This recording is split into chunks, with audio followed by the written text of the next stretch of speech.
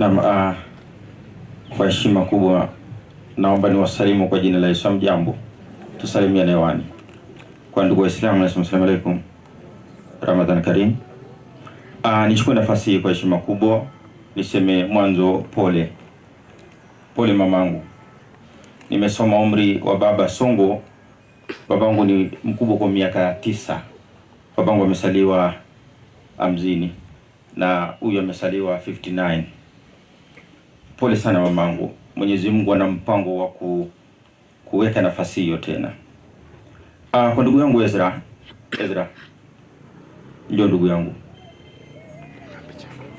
Huyu ni kama nimemjua Songo. Huyu na Songo ni kitu kimoja. Kwa hiyo hatujapoteza Songo. Songo yupo. Wakati mmoja nimejiuliza mbona huyu ni afisa wa polisi mwenye upekee, kumbe ni babake. Wakati nimesikiliza historia nikajua Songo hajafa, Songo anaishi. Ndugu yangu Ezra, huyu ni afisa wa polisi mwenye upekee katika mawanda yote. Lijapo swala la uadilifu, swala la haki kama ilivyoandikwa. Maana mimi ni mwana mwadhiriwa mikononi mwake, akafanya haki. Nikasema Mwenyezi Mungu mjalie umri tawili, mjalie akili zaidi. Ezra, nafurahishwa na kitu kimoja, moyo wako mweupe. Wala usione kifo cha baba kama ni mwisho wa dunia. Pengine ni ufunguo mkubwa wa mambo makubwa.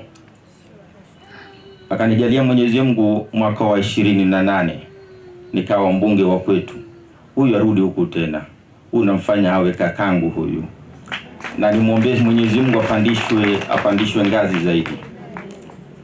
Pokeeni pole kutoka kwa gavana wa kaunti ya Uasin Gishu, Daktari Jonathan B. Chelilim. Anaitwa koti moja huko.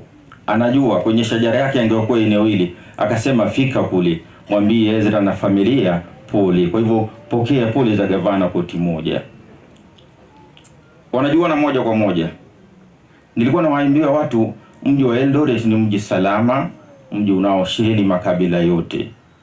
Ana dada yetu yuko kule, anafanya biashara salama. Ukisikia mtu anataja Eldoret vibaya, basi huyo ni shetani, anza kumpiga yeye. Na Ezra huyu nimemwahidi, kwa bahati nzuri tu mtoto wake wa kiume akapenda msichana yangu. Sitaki ng'ombe. Amaliza nenda tu. Kama una mtoto wa kiume jikaze baba. Jikaze. Mimi nakupa bila mahari. Maana huyu bwana mama nimuone mama. Mama huyu ni simba huyu. Ukifikiria baba sana, fikiria Ezra. Kama unamtilia dua, kama unamwombea, mimi binafsi Daudi nakuombea ise baba. Ukwendi hapa unakwenda mbali. Siku moja nisikie huyu anasimamia pengine bonde la Ufa DCI. Wakati huo mimi ni mbunge wa eneo hilo. Na nimshukuru sana mama hapa, huyu mkubwa wa DCI wa kwetu. Huyu ni mama ya watu wote huyu. Hajanizaa lakini ni mamangu.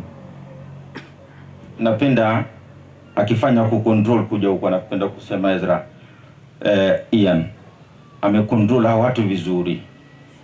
Lin Mwanzia, usichoke kutenda wema. Anasema Mswahili, kuna kwa kwenda hisani hurudi hisani, sino nuksani. Kwamba ukifanya mema yanakukujia mema, si mabaya. Usichoke mama. Kuhudumia taifa kwa kiwango hicho, hadhi hiyo si jambo dogo. Kwa hivyo mnapomwona Ezra, huyu si mtu mdogo. Huyu ni mtu mwenye hadhi katika jamii na katika serikali. Ukaweza, mimi nilikuwa na shughuli nyingi leo, nikasema imafaima shughuli hizo zikae, kama zitakufa sife, lakini nitakuja kusema pole kwa sababu ya ndugu yangu Ezra huyu. Mpigeni makofi Ezra. Nikujukumisheni tu kitu kimoja. Mkikwenda nyumbani, wakati mnapiga dua, hata kama ya chakula tu, semeni Mungu saidia familia ya Ezra. Sawa? Nimependezwa na alivyozungumza chairman. Alizungumza kama waziri wa zamani. Alafu kuna kitu nimependa kutoka sehemu hii.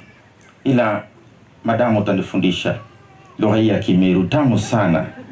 Mimi ni mwanafasihi na nimesikiliza akasema, rafiki mnahitaji Kimeru? Na sisi tunaita Chorwe. Kwa hivyo alisema huyu ni Mchorwa yake. na mimi nasema huyu ni Jorwet yangu, yani Jorwenyu.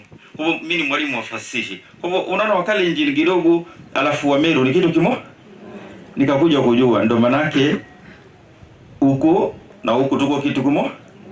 Na wenda tunakwenda mingapi? William na nani huko? Na Meru. Sisi kitu kimoja. Sijakuja kufanya siasa. Nasema Mungu akitujalie 27 tufunge tumalize 10, kwa sababu sisi ni mashemeji. Tunaweza amua ikuje huko, si ndio? Mambo kama haya. Alafu kuna wale hawajaoa hapa, hakikisheni mnakwenda na binti. Shukrani jazila. Mungu awape faraja. Asante sana.